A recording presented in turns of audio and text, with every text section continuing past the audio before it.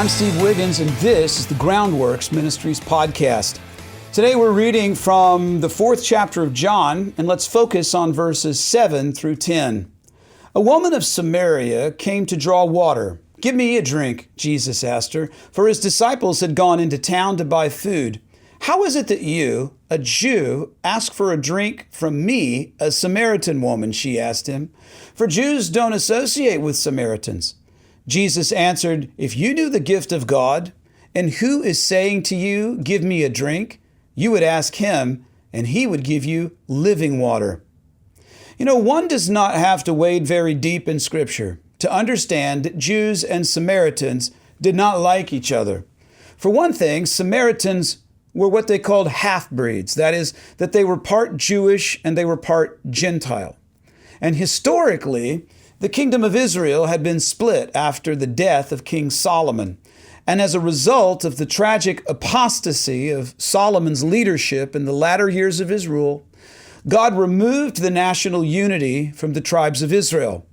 Judah and Benjamin, aka Judah, called Jerusalem their capital. And the remaining 10 tribes, aka Israel, considered Samaria to be their capital.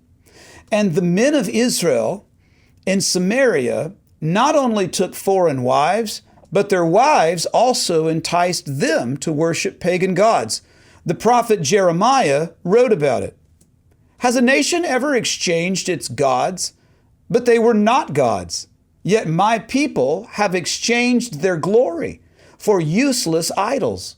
Be horrified at this, heavens, be shocked and utterly appalled. This is the Lord's declaration. For my people have committed a double evil. They have abandoned me, the fountain of living water, and they have dug cisterns for themselves, cracked cisterns that cannot hold water." Once again, Jeremiah chapter 2, verses 10 through 13. Jesus' use of Jeremiah's prophetic living water and broken cistern imagery was intended to remind the woman of Samaria's past sin, which caused the division of the nation of Israel and the northern kingdom's separation from God. This woman's sexual sin past was also symbolic of Israel's, that is the northern kingdom, their nationwide spiritual adultery. So by asking the woman for water, Jesus shows his willingness to forgive both spiritual and sexual adultery, which are commandments 3 and 7. And he was willing to forgive them on the basis of faith.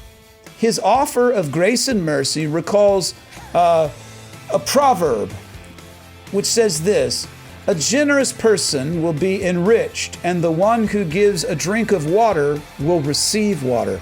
That's Proverbs chapter 11, verse 25. I'm Steve Wiggins, and this is the Groundworks Ministries podcast. Check us out at www.groundworksministries.com.